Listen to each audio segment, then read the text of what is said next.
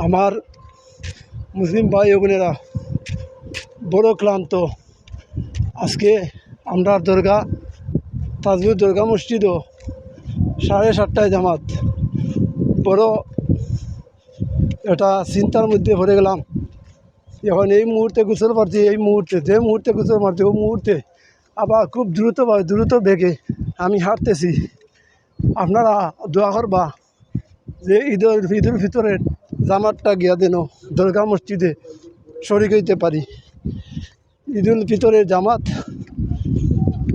দরগা মসজিদে গিয়ে যেন জামাতটা পেতে পারি।